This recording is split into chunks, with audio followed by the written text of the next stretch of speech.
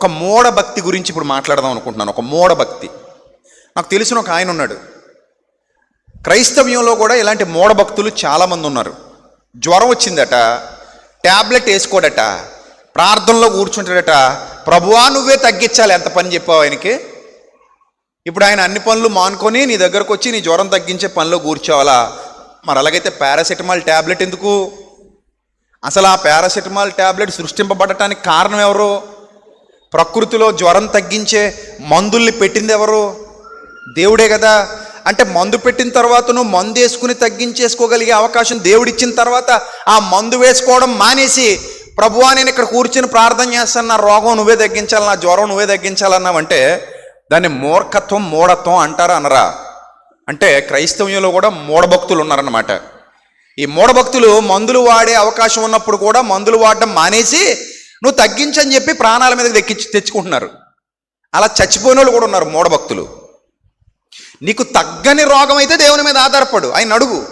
డాక్టర్లు చేతులు ఎత్తేసిన తర్వాత, ఏమంటే మేము ఏం చేయలేమని డాక్టర్లు అనేసిన తర్వాత అప్పుడు దేవుని మీద ఆధారపడు. అది పద్ధతి, విధానం. డాక్టర్లు కూడా మనం వైద్యానికి వెళ్ళినప్పుడు ఏమంటారు? మేము మా ప్రయత్నం చేస్తున్నాం, తర్వాత దైవాధీనం అంటారు. ఇప్పుడు నీ ప్రయత్న లోపం లేకుండా నువ్వు కష్టపడ్డ తర్వాత అప్పుడు దేవుని మీద ఆధారపడాలి తప్ప ఏ ప్రయత్నం చేయకుండా ప్రతి చిన్నదానికి దేవా నువ్వు చూసుకో అంటే దాన్నే మూఢభక్తి అంటారు. ఈరోజు చాలామంది మూఢభక్తులు ఉన్నారనడానికి ఇది నిదర్శనం. జ్వరం వచ్చింది, ట్యాబ్లెట్ వేసుకుంటే తగ్గుతుందా కదా? తగ్గుతుంది కదా. కానీ నేను ట్యాబ్లెట్ వేసుకోనన్నాడంటే మరి వాడిని ఏం చేయాలి? మూఢభక్తుడు అనాలి, అంతే. సో మీ వలన కానివి మాత్రమే ఎవరికి అప్పగించండి? దేవునికి అప్పగించండి. మీ వలన అయ్యేవి మీరు చెయ్యండి. సోమరిపోతులు అంటే దేవుడికి ఇష్టం ఉండదు. మీ వల్ల అయ్యేది మీరు చెయ్యండి. మనం ఎందుకు వచ్చామండి? భూమి మీదకి పోరాడడానికి వచ్చాం. నరుల కాలము యుద్ధ కాలము కాదా అన్నాడు యోబు గ్రంథంలో. భూమి మీద నరుల కాలం ఏంటట? యుద్ధకాలం. We are all fighters, we are all soldiers. మనం అందరం కూడా పోరాడాలి, గెలవాలి, సాధించాలి, శోధించాలి, కష్టపడాలి, శ్రమపడాలి. అది మన రెస్పాన్సిబిలిటీ.